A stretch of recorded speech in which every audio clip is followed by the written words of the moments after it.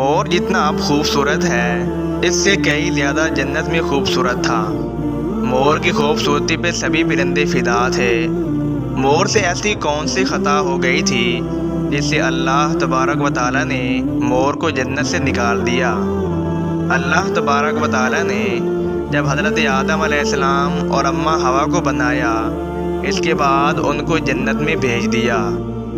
وہ دونوں جنت میں بہت ہی پرسکون رہتے تھے۔ وہ بہت ہی لذیذ میوے اور پھل کھاتے تھے۔ شیطان جنت سے نکالا جا چکا تھا۔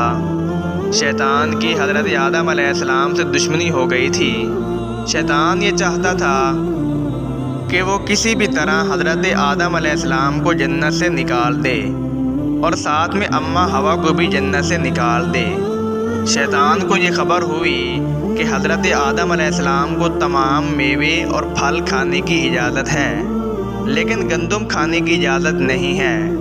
شیطان انتقام کی آگ دل میں لیے جنت کے دروازے کے پاس بیٹھ گیا اور وہ 300 سال تک وہاں بیٹھا رہا کہ کوئی جنت کے دروازے سے باہر آئے اور شیطان اس سے بات کر سکے۔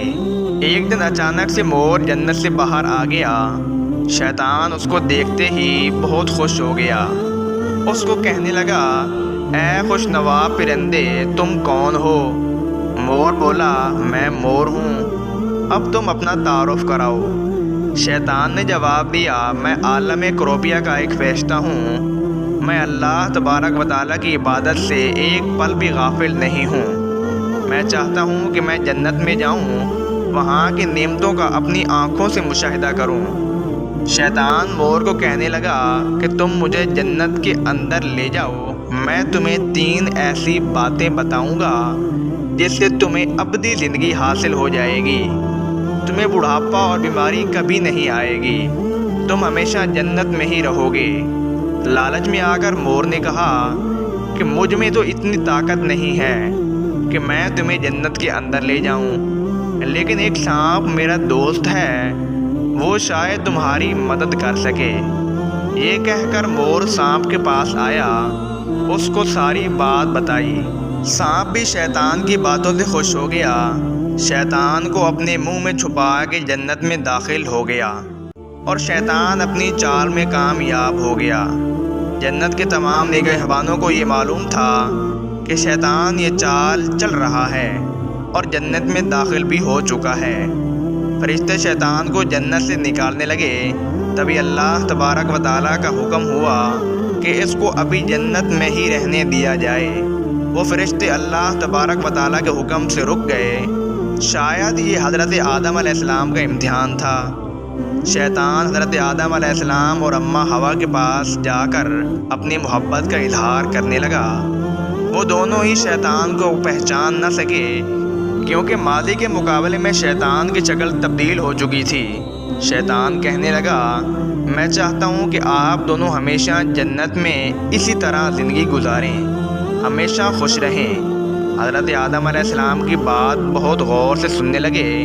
شیطان نے کہا، اگر آپ میری بات مان جائیں تو آپ کو جنت کی اور بھی سہولتیں ملیں گی۔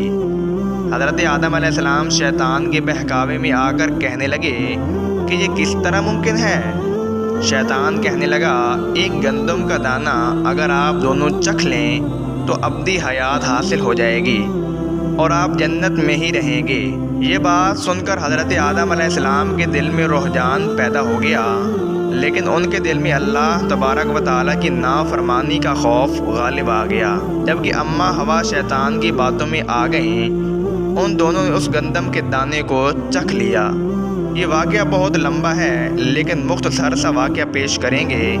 اللہ تبارک و تعالیٰ نے فرشتوں کو یہ حکم دیا کہ حضرت آدم علیہ السلام کو سری لنکا کے قریب نیچے زمین پر بھیج دیا جائے اور اماں حوا کو جدہ کی سرزمین پر جا اتارا۔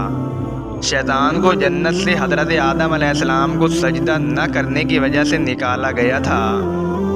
جن خوبصورت پاؤں سے چل کر مور شیطان کو اندر لے کر آیا تھا، وہی خوبصورت پاؤں اللہ تبارک و تعالیٰ نے لے لیے۔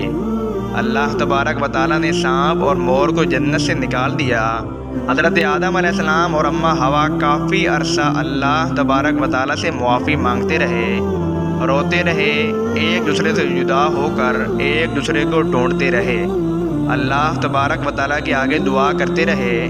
بہت ہی مدتیں گزر گئی تھیں، اس کے بعد اللہ تبارک و تعالیٰ نے ان کی توبہ قبول کر لی اور ان کو آپس میں ملا دیا تھا۔